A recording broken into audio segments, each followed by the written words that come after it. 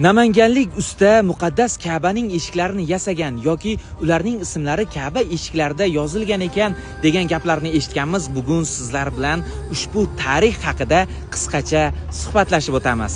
Ka'baga yopilgan Ka'bapo'sh ilk bor Hindiston va Misr davlatlarida tayyorlana boshlaydi. Shundan so'ng Arabiston bu jarayonni Makka shahriga olib kelishga qaror qiladi va Kisva zavodini Makka shahriga quradi va butun dunyo bo'ylab ushbu qora matoga xattotlar uchun musobaqa e'lon qiladi va ko'plab davlatlardan xattotlar qatnashib, aynan bizning namanganlik Abdurahim ota ushbu musobaqada birinchi o'rinni qo'lga kiritadilar. Arabiston bundan xursand bo'lgan holatda qancha pul so'ramoqchiliklarini aytishadi.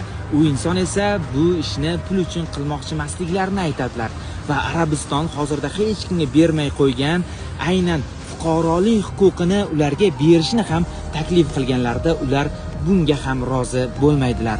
Ulardan nimani xohlayotganliklarini so'raganlarida ular har Ka'baning eshigi yangilanganda mening ismim ham yozib qo'yilgan bo'lsin deydilar va o'shandan keyin ularning ismlari Ka'ba eshiklariga yozib qo'yiladi.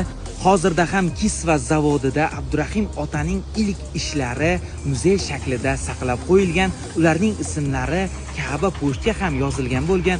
Aynan o'sha tarixlargacha ular saqlab qo'yishgan. Namanganlik o'z hunarining ustasi bo'lgan Abdurahim otaning bu ishlari albatta tahsinga sazovordir. Ushbu ma'lumotlar sizga manfaatli bo'lgan bo'lsa, yaqinlaringizga yuborib qo'ying.